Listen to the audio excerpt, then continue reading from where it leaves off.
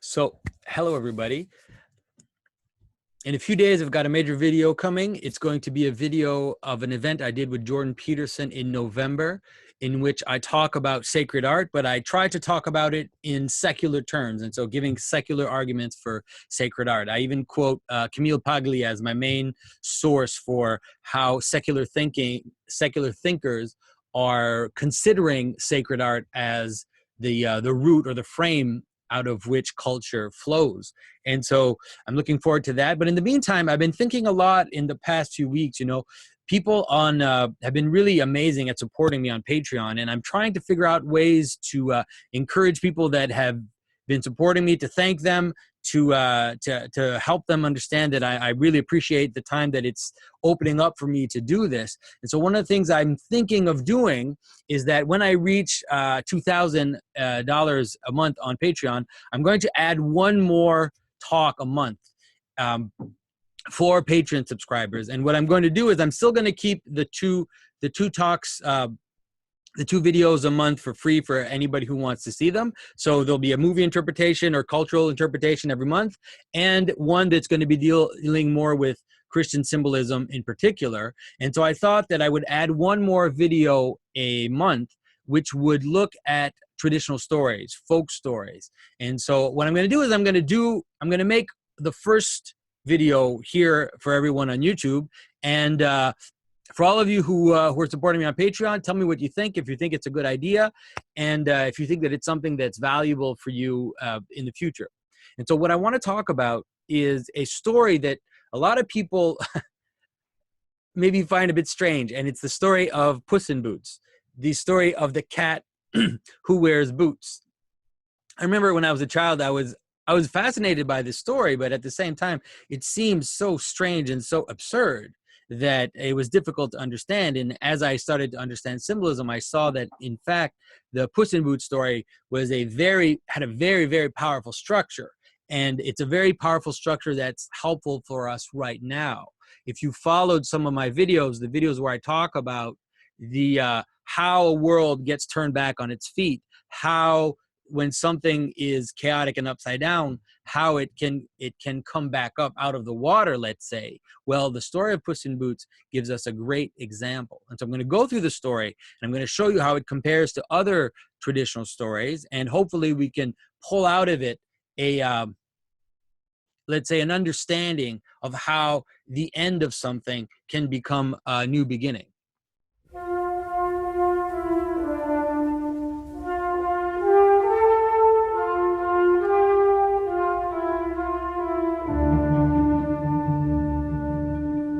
This is Jonathan Pageau. Welcome to the symbolic world.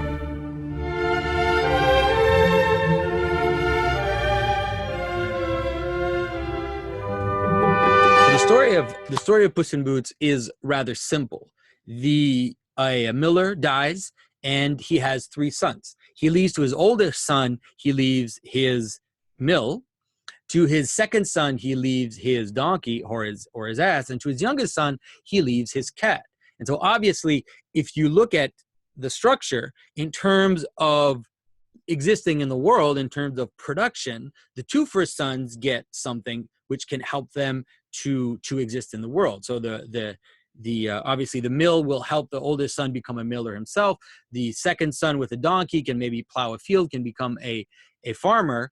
But the 3rd son gets a cat. And so the idea of an animal which doesn't have a function, which is just there to provide company, is important to understand, in the sense that we're moving from meaning, from order, into, let's say, the absurd, or rather the recreational, let's say. Okay, and so the animal is there, doesn't have a function in productive society, and so the youngest son gets the cat. And so there's nothing he can do with the cat. And so the youngest son he's sad, he's despondent, and he's wondering, what am I going to do? And all of a sudden, this cat starts to speak to him. And he says, my master, if you get for me a pair of boots and a bag, then, I will find your fortune, or I'll help you out. And so the miller's son is extremely surprised to see this, but he bets on this, right? So he takes his last amount of money or whatever, he spends his last little amount that he has, and he buys boots for this cat. Now the cat goes out, and with the bag, he's able to catch I think it's either a rabbit or some birds, and he brings those to the king, present them as a gift, and he presents them as a gift of the Marquis de Carabas, like of a noble man who gives these animals to the king, and the king is extremely happy. And in the story, usually he does it a few times, does it usually twice. And the second time he brings it again, and he's like, this is a gift from the Marquis de Carabas, and the king is impressed. Who is this Marquis de Carabas? What's going on? So while the cat is in the castle, he finds out that the king and the princess are going to go out on a stroll. They're going to go out for a stroll in a carriage. And so he quickly goes out, tells his master, okay, take all your clothes off, get into the water. And then when the king and the princess comes by, I'm going to come and say that, he probably doesn't know. He doesn't tell them what to do. He just says, take your clothes and get into the water. It's even better. And so the miller's son takes his clothes off, gets into the water, and he says, just stay there, and don't. And so when the king arrives, the cat starts screaming, my master, he's out in the water. He's going to drown. He was attacked by some thieves, and they took his clothes, and now he can't come out. And, he paints this dramatic picture of a situation where the Marquis de Carabas, lost his clothes, and now is naked there in the water, and he can't come out. And so he's in trouble. So the king tells his servants to give to the Marquis de Carabas some new clothes, obviously, to help him. And that the king, of course, because the Marquis has been so generous in the past, and because he was so impressed by the gifts that he brought him, he's going to take the Marquis back to his castle. And so the king takes him out, puts on these new clothes for the young miller's son, and he puts on clothes that make him look like he's noble. Now remember that, because that's important when we interpret it. And the son gets into the carriage. As they're moving towards the miller's castle, he doesn't have a castle, obviously. The cat runs in advance, and he sees these people, plowing a field, and he tells the people plowing a field, if the king comes by and asks you to who belongs this field, you tell them that it belongs to the Marquis de Carabas, or else you're going to get a serious beating. You're going to be in trouble. And then he goes on, and he finds, usually it's something else, like a beautiful forest grove, and there are peasants there, and he tells the peasants the same thing.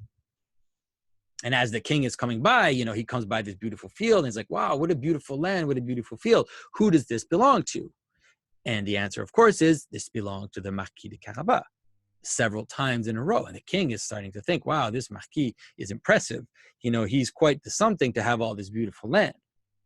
And so as Puss in Boots continues, he gets to the castle. And in the castle is a giant ogre. It's a monster. And the monster owns this castle.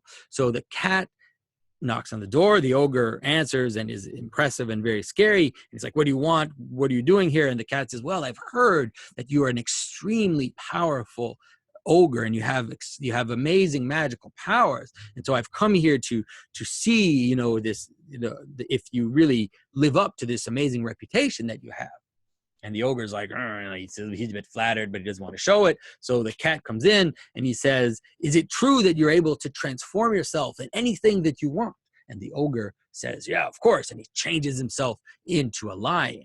And now, the cat is afraid and kind of moves away. And the ogre is happy because he scared the cat. And the cat says, oh, that's very impressive. But it would be way more impressive if you could transform yourself in something that is really small, because you're so huge. Imagine if you could transform yourself in something tiny, like a mouse, let's say. So the ogre transforms himself into a mouse, and then the cat eats the mouse. And so as the king is coming up in his carriage, the cat runs out and he says, your Highness, welcome, welcome to the castle of the Marquis de Carabas. And the Marquis comes in, and the king is so impressed by the Marquis and by everything that's there that he gives to the Marquis, he gives to the miller's son his daughter in marriage. And by now, the miller is legitimately, let's say, as much as you can imagine, has become the owner of a castle, the owner of these fields, because the fields happen to belong to the ogre, actually. So he owns the fields, he owns the castle, and he now has married the princess. And so one of the things that people think in terms of fairy tales, especially in terms of the more modern, let's say the more modern era of fairy tales, is they tend to think that fairy tales are there to give a moral lesson. And that's not actually the case. And in this story, and there's a few stories like this, like for example, the story of Jack and the Beanstalk, where you really struggle to find in the story a kind of simple morality tale where, you know, if you're good and you're honest and you're nice and all these things, then you'll get what it is. What the story is actually discussing is how the world flips, how the lowest thing can become the highest thing, how one world ends and another world begins. Okay. And so I'm going to tell you a little bit of another story, and you'll see how it's related. Now, you have to think of the story of Noah and the ark. Okay. Now, in the story of Noah and the ark, the world is getting worse and worse and worse. And the way it's getting worse is through this increase in artificial things, like the increase of civilization, the increase of society, but also the increase of kind of entertainment. So you, in the genealogy of Adam, you hear talk about, you know, cities, and then technology, and then music, and finally the development of iron and iron weapons. And the world is getting more and more corrupt because the world is being changed, but also, you know, the world is living more and more in its margin. Let's say if you imagine a person like the heart, then as you move out of the heart, then you add these layers of clothing and tools and civilization and everything, and it makes the world more fragile, and it also leads us out into our passions, let's say, into these strange obsessions. Anybody who thinks about the internet will understand how that works quite easily. And so the world is kind of coming down, down, down, down, down. Now, God says to Noah, build an ark. And it's really important, people miss this detail in the story, is that what we've seen is the world become more and more technical. But then God tells Noah to build an ark, that is, to use technical means to create something by which now you will be able to survive the end of this world. Now, another thing that also happens in the story is that there's these mixtures of the sons of God and the daughters of men. Now, it doesn't matter how you interpret it. Some interpret it as angels and men. Some interpret it as, let's say, a higher, more noble people that kind of mixed and mixed with like a more decadent types of people, and that created all kinds of chaos. But Noah himself, there are several traditions which says that Noah married Naamah. Naamah is part of the lineage of Cain. And so Noah also did, you know, that's not in the Bible, but the reason why it's in the tradition is to help us understand how Noah is an ambiguous figure himself, that he follows God, but he's also a product of all of this increase in technology, but also this increase in mixture. And then he's the one who builds the ark, and then puts all these animals in a boat, and then crosses over to the other side. And in that story, before he crosses over to the other side, the world is filled with these giants. Okay? So you have, think of the terms of the Noah story. You have a world that's coming down. You have giants that are kind of causing this bad thing to happen. You also have animals, And you have this ambiguous figure, which is able to cross over and then take on the other side, start the world again, let's say. Okay. And so in the story of Puss in Boots, you can see the same terms. Let me tell you another story to help you kind of see the pattern. Once you see the pattern, it'll help you to understand what this can mean. Now, I've told you this story before in other talks, but it's the story of Saint Christopher. Now, Saint Christopher is a giant in some traditions. He's also a hybrid in other tradition. He's a mixture of he's like a dog man, a man with the head of a dog. And so he's an ambiguous figure. And Saint Christopher, he's a monster. He can't really do the things properly. And so because he's not able to pray, he's not able to pray, he's not able to fast, he's not able to do all these things. He stands on the side of the river and he crosses people over. Okay? And now the Christ child comes to St. Christopher and he tells St. Christopher that carry me to the other side. So St. Christopher carries him to the other side, but as he's crossing over, there's this immense weight and he can't hold himself and he's sinking into the water as the child is on his shoulders, but he doesn't understand why. And once he reaches the other side, the child tells him, that St. Christopher asks him, like, why was it so heavy? Why was it almost impossible for me to cross you over? And the child tells him, because I was carrying the sins of the world on my shoulders. And so what has happened is that Christ has actually tricked St. Christopher into becoming a vehicle for himself, becoming a vehicle for crossing the waters of chaos and reemerging on the other side. Okay. Now, here's another story. A princess, you've heard me tell this story quite a few times. A princess has a golden ball. She loses it in the water. A frog who talks, right? We have a cat that talks. Now we have a frog that talks. We also have a dog-headed man that talks. So the frog that talks tells her, I'll get the ball if you accept to take me into the castle, to give me some of your food, and also to let me sleep in your bed. And so the princess accepts, and then the frog goes to the sadness of the princess who doesn't want to do it. She's forced to do it because she's promised. And in a way, this frog tricks the princess into loving him. She doesn't really love him, but it's like this weird artifice that he sets up. And in some stories, she actually kills the frog. She throws the frog against the wall. And then after all of that has happened, this kind of weird inversion and trick, then he turns into a prince and they get married. So you have this talking animal, you have water, you have this crossing of the water, and you have it happening in terms of a trick, in terms of this inverted thing that happens. Okay. Now, that's the story of Puss in Boots is exactly the same. You have a talking cat, and the talking cat is there to take the loser of the story, who is the prince, he's not a prince yet, the son of the miller, who doesn't have anything. All he has is this cat. And so by giving him these boots, the fact that the cat wears boots is important because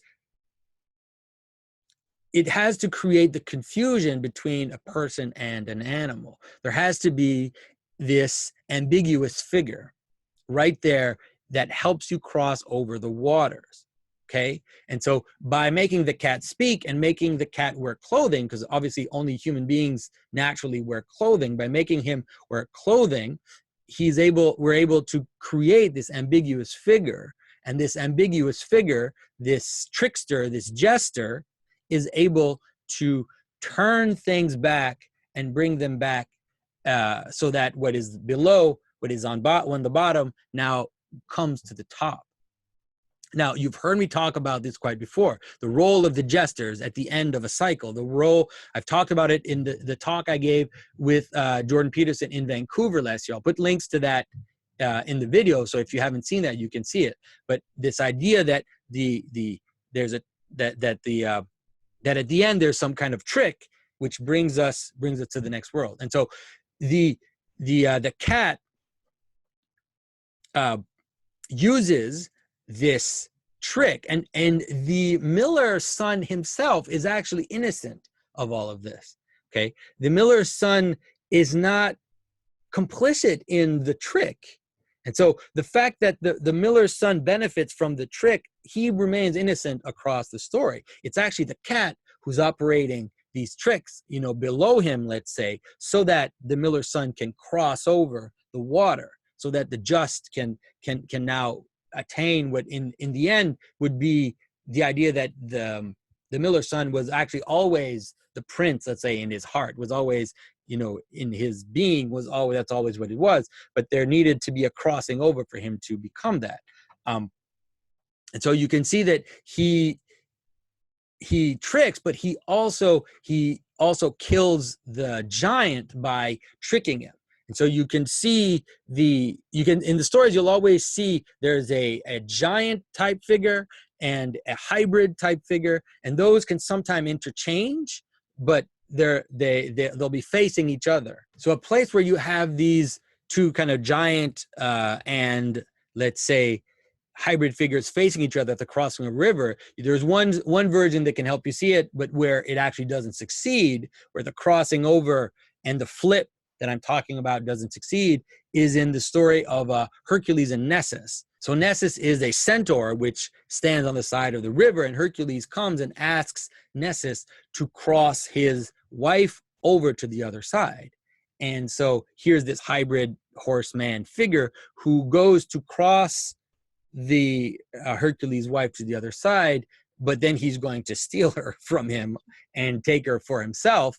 And sometimes either he clubs Nessus or he shoots an arrow and he kills Nessus. And the idea is that Hercules is able to kill Nessus before the whole thing flips over, let's say, and then Nessus takes Hercules' wife. But you can see the terms kind of play each other out.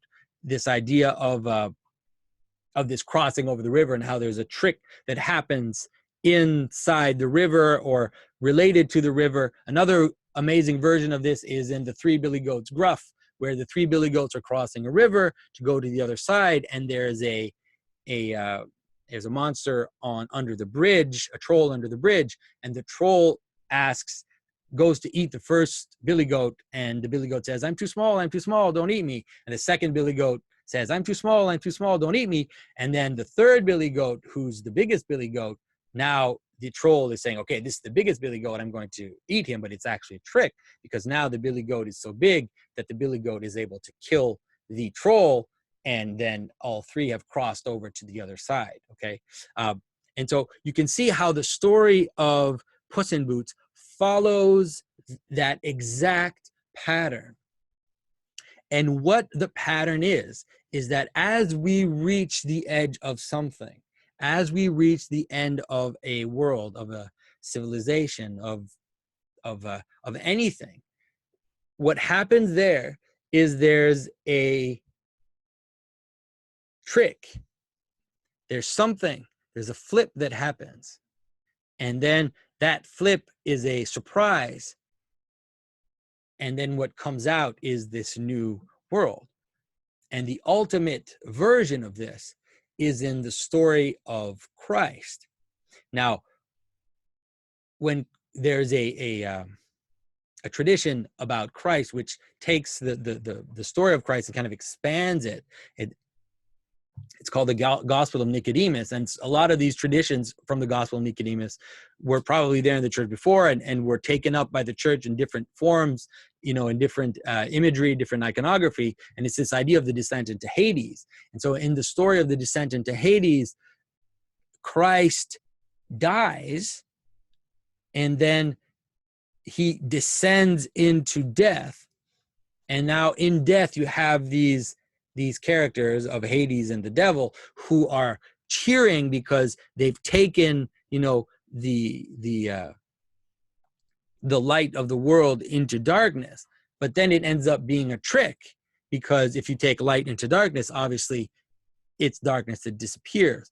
And so the death of Christ actually becomes the manner in which the world starts again, because of that inversion which happens at the bottom in the darkness. And so this is just to kind of show you the pattern.